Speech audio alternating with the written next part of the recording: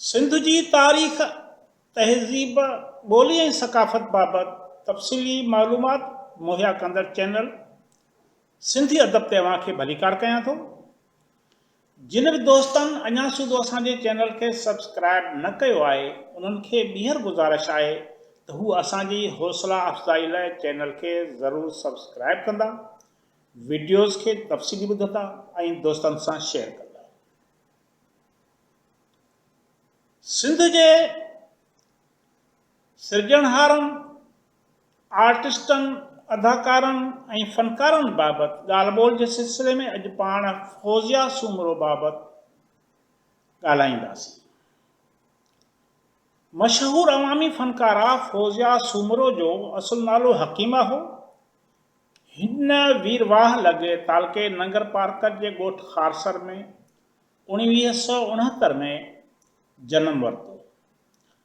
संदसि वालिद टंडे मोहम्मद ख़ान जे sugar mill में मुलाज़िम हो ऐं उते हमद ऐं नअतूं ॻाईंदो हुयो। अॻिते हली टंडे मोहम्मद ख़ान में अची रहाइश इख़्तियार कई, जिते फ़ौज़िया सूमरो मैट्रिक पास कई ऐं 16-17 वरियनि जी ॼमार में ॻाइणु शुरू कयो।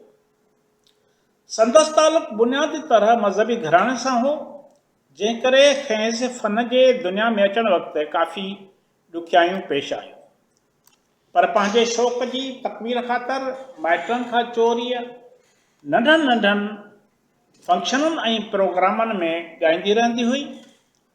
1987 धारे रेडियो पाकिस्तान हैदराबाद ते नामवर ब्रॉडकास्टर नसीर मिर्ज़ा खेसि मुतारिफ़ करायो ऐं संदसि आवाज़ में 2 कलाम बेक़दरा क़द्र न कई को ऐं छॾे विया साथी सुखनि जा रिकॉर्ड कया, जिन ॿुधंदड़नि में काफ़ी मक़बूलियत हासिल कई।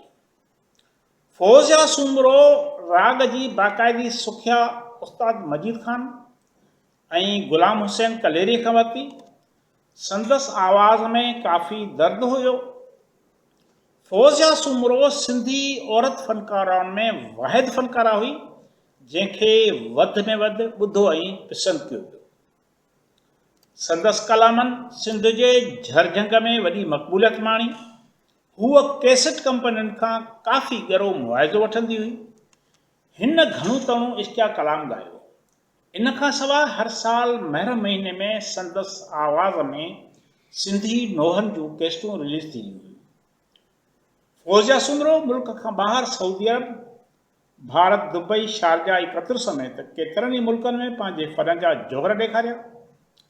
हिन सिंधी, सराइकी, उर्दू, बलोची, मारवाड़ी ऐं ॿियनि ॿोलियुनि में कलाम ॻायो।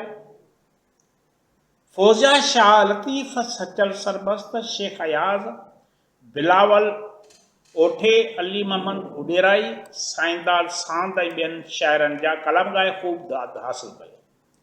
संदसि मशहूरु गीतनि में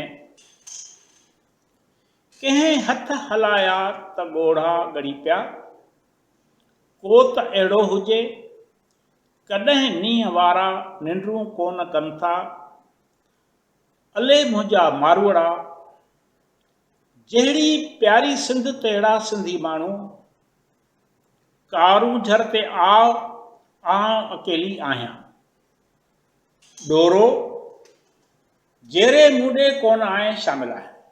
संदसि शादी 1993 में टंडो मोहम्मद ख़ान जे ज़मींदार हाजी मिस्री सां थी, जंहिंमां खेसि हिकु धीउ जो औलाद आहे। संदसि 110 कैसेटूं रिलीज़ थियूं। खेसि शाह लतीफ़ एवार्ड ऐं शहबाज़ एवार्ड समेत केतिरा ई एवार्ड मिलिया। थर प्रोडक्शन रिकॉर्डिंग कंपनी 2002 में मीरपुर ख़ास में संदसि मंझता तौर ताजपोशी कराई वई। 2002 में बीमार रहण खां पोइ हिन पाण खे व्हीलचेयर ते खणाए बि शाह लतीफ़ जे उस ते कलाम ॻाए पंहिंजे मदाहनि खे मायूस न कयो। फ़ौज़िया सूमरो गुर्दनि जी तकलीफ़ जे करे कुझु वक़्तु बीमार रहण खां पोइ 4 सेप्टेंबर 2002 ते असांखां हमेशह लाइ मोकलाए वई। खेसि टंडे मोहम्मद ख़ान जे सखी बुरहान शाह क़ब्रिस्तान में मिटीअ मां हवाले कयो वियो। महिरबानी।